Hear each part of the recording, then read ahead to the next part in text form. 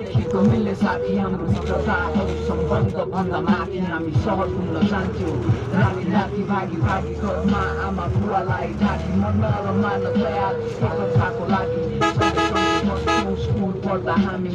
दुवै नजाने यदि एउटा बिरामी जे पनि बानी हाम्रो राम्रो थियो पानी उसले एक दिन चुरो चर्काइ सोधे होइ खाने मैले पनि जाने सङ्कोचै नमाने दिन बित्दै गयो अनि लाग्यो त्यसको बानी बिस्तारै पुलकमा फसियो जानी नजानी गाजा अनि गोटी सामान र पानी यो पछि त्यो दामी च्याप नभइदिउँ पनि राम्रै नलाग्ने त्यसपछि फेरि कहिले उस्तै रहेनौँ हामी तेरो सम्झना यो मनमा छ साथ छोड्ने छैन भन्थ्यौ कहिले साथी निकै एक्लो छु अहिले सम्झ्या छ तर म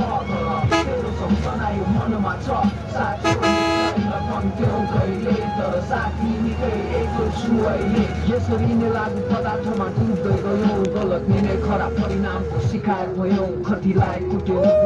कतिलाई ठग्यौँ घरमा आफ्नै आमा बुवासँग जर्थ्यौँ आफैमा लड्यो तर खान छोडेनौँ बिस्तारै हामी एकअर्कासँगै बोलेनौँ सोध्ने गर्थे साथीभाइले हाम्रो बारेमा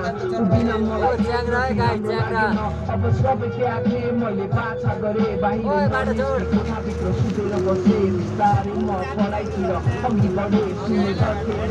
त्यस्तै छ भने मनमा भिन्न प्रश्नहरू उठ्न थाल्यो अघिल्लो रात अस्पतालमा बित्यो रे म माथि आकाश खुस्यो म बेहोसिएँ तेरो सम्झना यो मनमा छ साथ छोड्ने छैन भन्थ्यौ कहिले तर साथी एक्लो छु अहिले तेरो सम्झना यो मनमा छ साथ छोड्ने छैन भन्थ्यौ कहिले तर साथी निकै एक्लो छु अहिले विभिन्न प्रश्नहरू खोज्छु म सुनेको गरेर गइरहेको गर्दै हुन्थ्यो सम्पन्न सुखी परिवार हुन्थ्यो दुःख सुखमा सँगै गरिन्थ्यो हाँसिन्थ्यो तर म दाजु भाइ जसरी बाँचिन्थ्यो